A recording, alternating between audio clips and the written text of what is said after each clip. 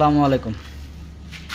সম্মানিত দর্শক, আপনারা অবগত আছেন কিনা আমি জানি না, তারপর আমি অবহিত করে দিচ্ছি আপনাদেরকে।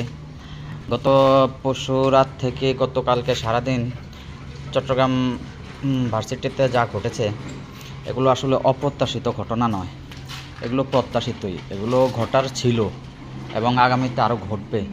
কারণ চট্টগ্রাম বিশ্ববিদ্যালয়টা শিবিরের একটা ঘাঁটি।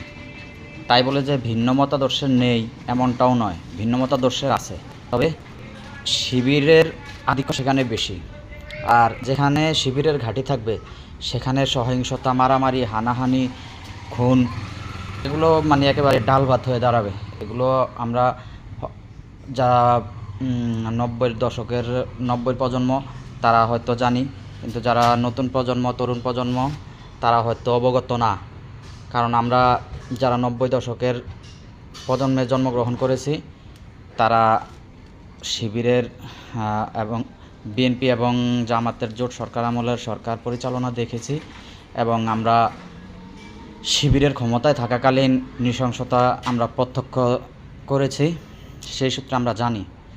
তো আপনারা যারা বর্তমান প্রজন্ম, তরুণ প্রজন্ম, নতুন প্রজন্ম আছেন, আপনারা ভবিষ্যতে জানবেন এবং ভবিষ্যতে দেখবেন আরও অনেক কিছুই এই চট্টগ্রাম ভার্সিটিকে কেন্দ্র করে।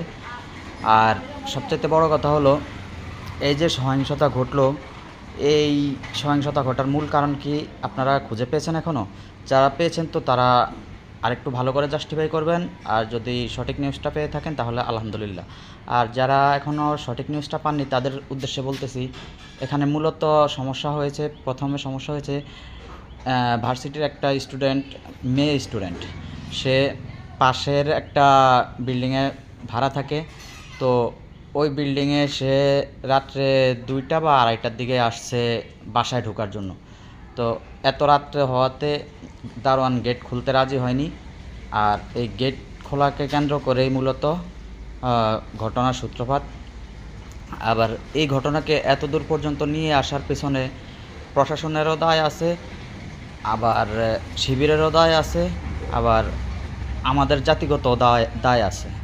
দেখেন, একটা মেয়ে 2:30 বাজে গেটে আসছে, ভালো কথা, কিন্তু সে 2:30টার আগে কোথায় ছিল? এটা কি আমাদের সামাজিক দৃষ্টিভঙ্গিতেই কালচার চলতেছে বর্তমানে?